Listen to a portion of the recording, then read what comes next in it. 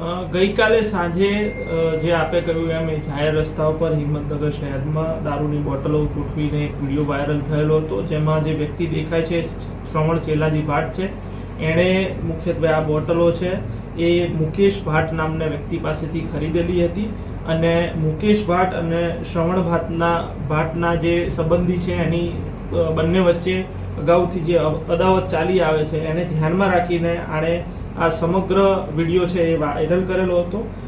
આ વિડીયોના અનુસંધાને એ ડિવિઝન પોલીસ સ્ટેશનમાં શ્રવણ ચેલાજી ભાટ, મુકેશ ભાટ અને જીતુ ભાટ વિરુદ્ધ પ્રોહિબિશનની વિવિધ કલમો હેઠળ ગુનો રજીસ્ટર કરવામાં આવેલ છે અને શ્રવણ ભાટ અને મુકેશ ભાટની ધરપકડ કરવામાં આવેલ છે. આ સિવાય જે શ્રવણ ભાટે જાહેર રસ્તા પર આ પ્રકારે અડચણરૂપ કાર્ય કરેલું હતું એટલે એના વિરુદ્ધ એક અલગથી બીજો ગુનો રજીસ્ટર કરવામાં આવેલ છે, જેમાં ભારતીય ન્યાય સંહિતાની કલમ 285, 270, 292 અને જીપી એક્ટની કલમ 102 મુજબ ગુનો રજીસ્ટર કરવામાં આવેલ છે.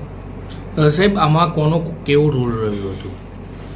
આમાં મેં આપને જણાવ્યું એમ અગાઉ 10 દિવસ અગાઉ બંને જે મુકેશ ભાટ અને શ્રવણ ભાટના સગા છે પ્રવીણ ઉર્ફે પુષ્યો, એ બે વચ્ચે મારામારીના બનાવ બનેલા હતા. એ બાબતે બી ડિવિઝન અને એ ડિવિઝન પોલીસ સ્ટેશનમાં વિવિધ ગુના બંને વિરુદ્ધ ક્રોસમાં નોંધાયેલ છે.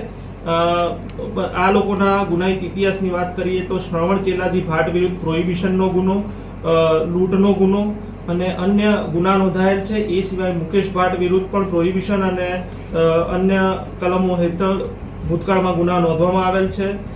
આના સિવાય જે અગાઉ વાત કરી એમ પ્રવીણ ઉર્ફે પુષ્યો જે ભાટ છે એના વિરુદ્ધ 5 થી 6 કેસ અલગ અલગ પોલીસ સ્ટેશનમાં વિવિધ કલમો હેઠળ નોંધવામાં આવેલ છે, જેમાં પ્રોહિબિશન અને મારામારીના ગુના નોંધાયેલ છે.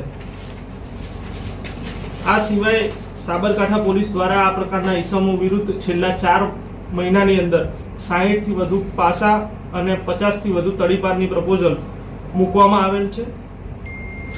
કેટલા આરોપીની ધરપકડ કરવામાં આવી છે? કોની ધરપકડ બાકી?